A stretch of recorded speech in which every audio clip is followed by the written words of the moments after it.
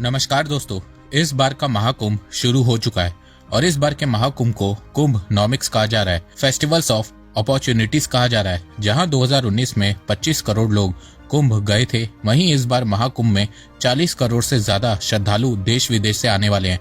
Now, one of the world's largest religious festivals starts today in India. The Mahakumbh Mela only happens every 12 years, and more than 400 million Hindus are expected to take part. My name is Takeshi Ishikawa, coming from Japan. My name is Chris. I came from England.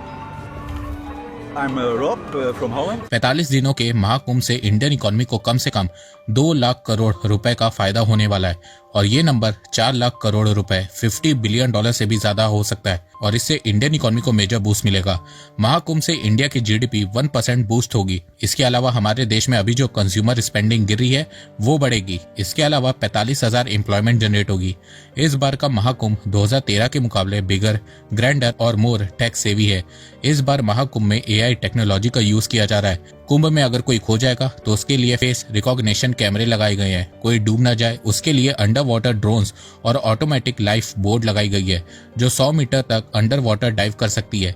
इसके अलावा भारत सरकार ने Google maps के साथ partnership की है कि लोगों को टॉयलेट, होटल, रेस्टोरेंट ढूंढने में कोई प्रॉब्लम ना आए। इसके अलावा प्ले स्टोर में महाकुंभ की ऐप भी लॉन्च कर दी गई है। इंटरनेट के लिए पूरे एरियाज में वाईफाई फैसिलिटी लगाई गई है। 100 पार्किंग लॉट बनाए गए हैं जहां पे 5 लाख कार्स एक साथ आ सकती हैं।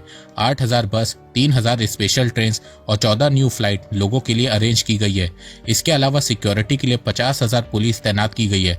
56 पुलिस स्टेशन और 3 पुलिस लाइन सेटअप की गई है। सुरक्षा की बात करें, चप्पे चप्पे पर सुरक्षा बल यहाँ पर तैनात है। इस बीच हर आने जाने वाले पर नजर बनी हुई है और क्या है कि सुरक्षा के लिहाज से भी जो जरूरी इंतजामात हैं वो किए गए हैं। खास करके बैरिकेटिंग करके हर एक आने जाने वाले लोगों पर नजर रखी जा रही है। इस बार के कुंभ में वीआर, होलोग्राम, एलईडी टेक्नोलॉजी का यूज करके महाकुंभ समुद्र मंथन त्रिवेणी संगम की स्टोरी बताई जाएगी। इस बार का महाकुंभ इतनी अच्छी तरह से मैनेज किया जा रहा है कि वेस्टर्न यूनिवर्सिटीज स्टडी कर रही हैं कि कैसे 40 करोड़ लोगों को योगी गवर्नमेंट मैनेज कर रही है। Harvard, Stanford, London school of economics, Kyoto university, AIIMS, IIM Ahmedabad, IIM Bangalore, IIT Kanpur, IIT Madras, JNU, इन सभी ने अपने प्रोफेसर्स, स्कॉलर और स्टूडेंट्स को प्रयागराज भेजा है कि वो जान सके कि 40 करोड़ क्राउड को मैनेज कैसे किया जा रहा है।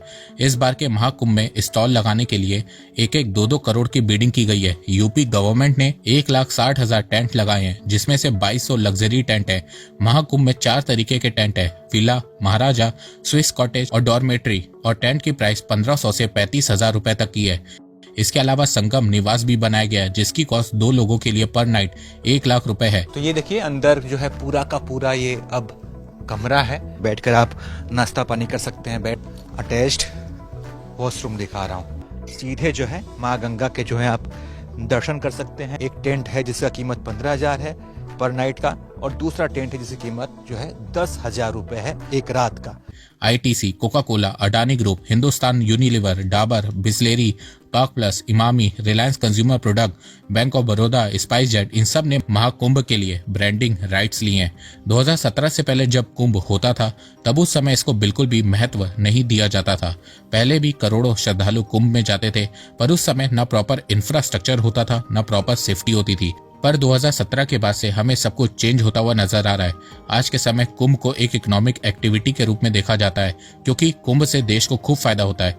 इस बार के महाकुंभ के लिए यूपी गवर्नमेंट ने 6,990 करोड़ रुपए खर्च किए हैं और उससे यूपी को 25,000 करोड़ रुपए का रेवेन्यू जनरेट होगा।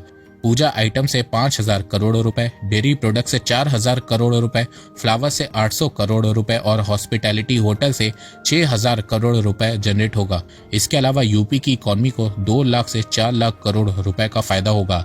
CAIT ने बताया है कि 2019 में कुंभ के दौरान 25 करोड़ लोग आए थे और इस बार यूपी गवर्नमेंट ने महाकुंभ में अरेंजमेंट इतनी अच्छी की है जिसके चलते कम से कम 40 करोड़ लोग आएंगे। और अगर 40 करोड़ लोग सिर्फ 5,000 रुपए कुंभ के दौरान खर्च करते हैं, यानी कि ट्रैवल में, होटल में, पूजा आइटम में खर्च करते हैं, तो इससे इंडियन इकोनॉमी को 2 लाख करोड़ रुपए का फायदा होगा। और अगर 10,000 रुपए खर्च करते हैं तो 4 लाख करोड़ रुपए का फायदा होगा। अब आप में से कुछ बेवकूफ लोग बोलेंगे कि कोई 5,000 रुपए खर्च नहीं करेगा, तो मैं आपको बता दूं कि ये महाकुंभ है, 12 साल में एक बार आता है और पिछले 10 सालों में भारत में हिंदुत्व बहुत तेजी से बढ़ा है और लोग सालों से महाकुंभ का इंतजार करते हैं।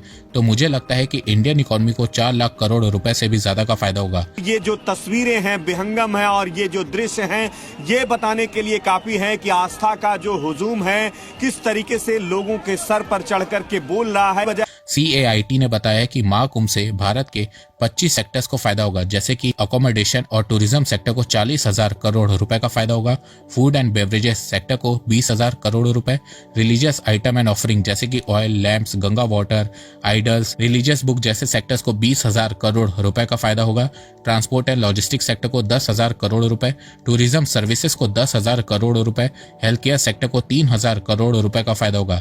इसके अलावा डिजिटल इकोनॉमी को 1,000 करोड़ रुपए का फायदा होगा और मीडिया एंड एडवर्टाइजिंग को 10,000 करोड़ रुपए का फायदा होगा। अगर आप 2013 से इस बार के महाकुंभ को कंपेयर करेंगे तो आपको पता चलेगा कि उत्तर प्रदेश की पहले की गवर्नमेंट इकोनॉमी को बूस्ट करने का कितना बड़ा चांस मिस करती थी।